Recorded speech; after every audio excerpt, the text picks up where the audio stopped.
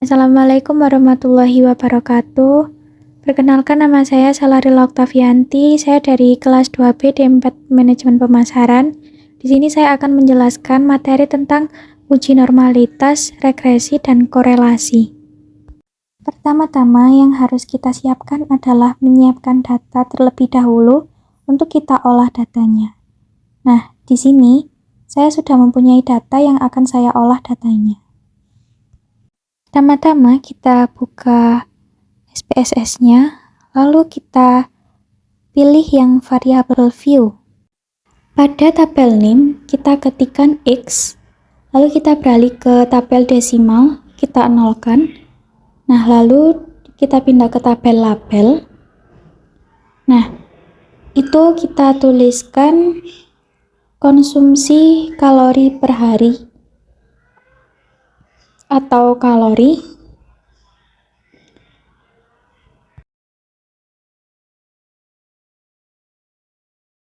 Lalu kita ketik di bawahnya Y, caranya sama, desimalnya juga dinolkan. Lalu pada tabel label kita ketik berat badan atau kilogram. Setelah selesai kita atur, kita pindah ke data view. Nah, sudah muncul untuk X dan Y-nya. Lalu kita salin data konsumsi kalori per harinya. Kita pindahkan ke SPSS-nya.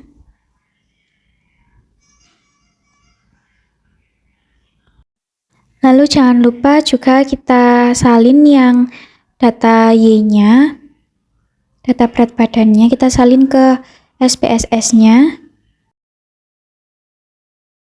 Setelah semua data sudah tersalin dari Excel ke aplikasi SPSS-nya, kita lanjut pada langkah yang pertama, yaitu menentukan uji normalitasnya. Kita pilih tab analis, lalu kita pilih regression, lalu kita pilih linear. Nah, di sini ada variabel independen dan dependen. Dan variabel X kita masukkan ke variabel independen. Lalu untuk variabel Y kita masukkan ke variabel dependen.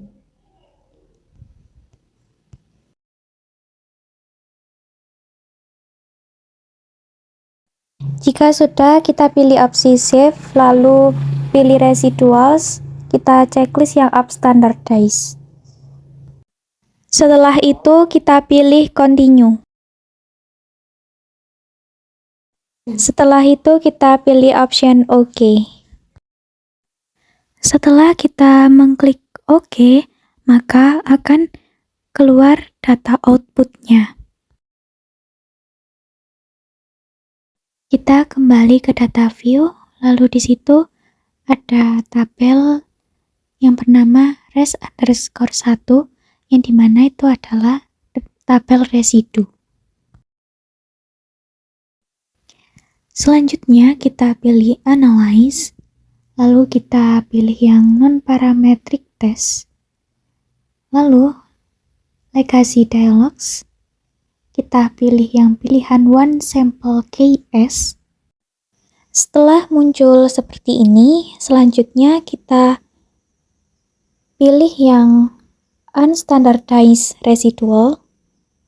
Nah, itu kita pindah ke test variable list. Lalu pastikan yang normal itu sudah tercentang ya. Lalu kita klik OK. Nah, di situ akan muncul analisis dari one sample Kolmogorov smear test. Pada hasil uji tersebut digunakan untuk menguji apakah residual atau selisih antara nilai observasi dan nilai prediksi dari model regresi terdistribusi secara normal atau tidak. Penjelasan untuk setiap bagian data adalah sebagai berikut. Nah, yang pertama ada N. Nilai 10 menunjukkan jumlah observasi atau ukuran sampel yang digunakan dalam analisis. Yang kedua ada normal parameters. Mean sama dengan 0,0000 Dan seterusnya adalah nilai rata-rata residual yang diharapkan adalah 0 jika model sempurna. Lalu ada standard deviation, di situ ketemu hasilnya adalah 735,87261. Adalah deviasi standar dari residual. Yang ketiga ada most extreme deviance. Absolutnya 0,213 adalah perbedaan terbesar antara fungsi distribusi kumulatif empiris dan fungsi distribusi kumulatif teoritis. Yang selanjutnya ada positif. Di situ ketemu hasilnya 0,210 adalah perbedaan terbesar positif, dan negatifnya 0,213 adalah perbedaan terbesar negatif. Yang keempat ada tes statistik, nilainya adalah 0,213 adalah statistik uji Kolmogorov-Smirnov. Dan yang kelima ada asymptotic. Nah, itu hasilnya nilainya adalah 0,200. Adalah tingkat signifikansi atau p-value dua arah untuk uji Kolmogorov-Smirnov. Dan yang terakhir ada Monte Carlo sigmoid. Yang sig nilainya adalah 0,217 adalah tingkat signifikansi atau p-value dua arah untuk uji Kolmogorov-Smirnov yang dihitung dengan metode Monte Carlo. Yang terakhir ada 99% confidence interval lower bound, yang nilainya adalah 0,217 dan upper bound 0,239 adalah interval kepercayaan 99% untuk p-value Monte Carlo. Nah, uji normalitas ini penting untuk memastikan bahwa asumsi normalitas terpenuhi dalam analisis regresi. Jika asumsi ini terpenuhi, maka kesimpulan dari analisis regresi akan lebih valid dan dapat diandalkan. Selanjutnya, kita akan menganalisis tabel regresi. Yang pertama ada variables enter atau remove. Bagian ini menunjukkan variabel yang dimasukkan atau enter ke dalam model regresi, yaitu jumlah karyawan per hari. Lalu metode yang digunakan adalah enter, yang berarti semua variabel dimasukkan sekaligus ke dalam model. Kita ke model summary. Yang R, kita menemukan hasil 0,999, menunjukkan korelasi antara variabel dependen. Lalu R square 0,998, menunjukkan seberapa besar variasi dalam variabel dependen dapat dijelaskan oleh variabel independen. Lalu ada adjust R square 0,997 adalah nilai R square yang disesuaikan dengan variabel independen dan ukuran sampel.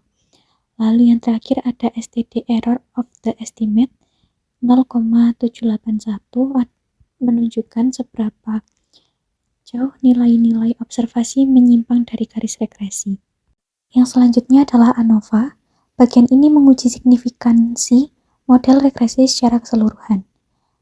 Lalu sum of squares 2057,626 untuk regression dan 4,874 untuk residual. DF atau degree of freedom sama dengan 1 untuk regression dan 8 untuk residual. Lalu yang mean square 2057,626 untuk regression dan 609 untuk residual. Lalu yang F 3377,604 adalah rasio antara mean square regression dan mean square residual. Sig menunjukkan bahwa model regresi signifikan secara statistik pada tingkat signifikan 0,001. Yang selanjutnya adalah koefisien. Bagian ini menunjukkan koefisien regresi yang diestimasi untuk model. Yang pertama ada konstan, yang nilainya adalah 25,305 adalah nilai intercept atau konstanta dalam persamaan regresi. Lalu ada konsumsi kalori per harinya, B-nya adalah 0,20 adalah koefisien atau kemiringan garis regresi. STD error menunjukkan kesalahan standar untuk setiap koefisien. Beta sama dengan 0,999 adalah koefisien standar yang memungkinkan perbandingan langsung antara koefisien karena semua variabel diukur dalam unit yang sama. T-nya sama dengan 24,941 untuk konstan dan 58,170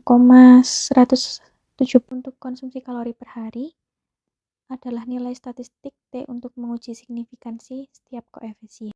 Yang terakhir adalah residual statistik. Bagian ini memberikan informasi tentang residual atau selisih antara nilai observasi dan nilai prediksi model. Minimum dan maksimum menunjukkan nilai residual terkecil dan terbesar.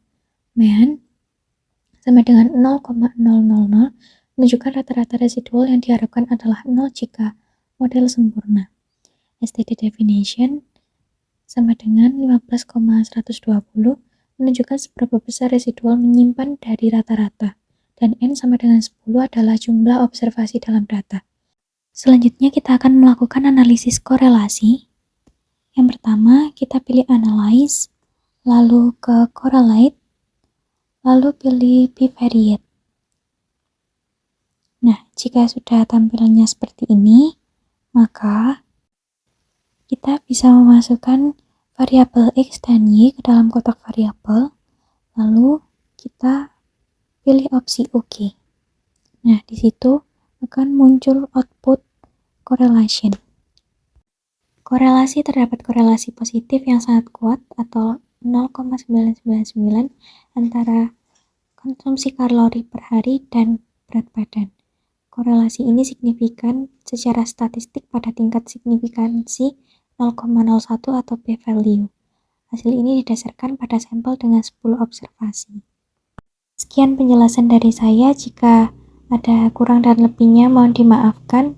Wassalamualaikum warahmatullahi wabarakatuh.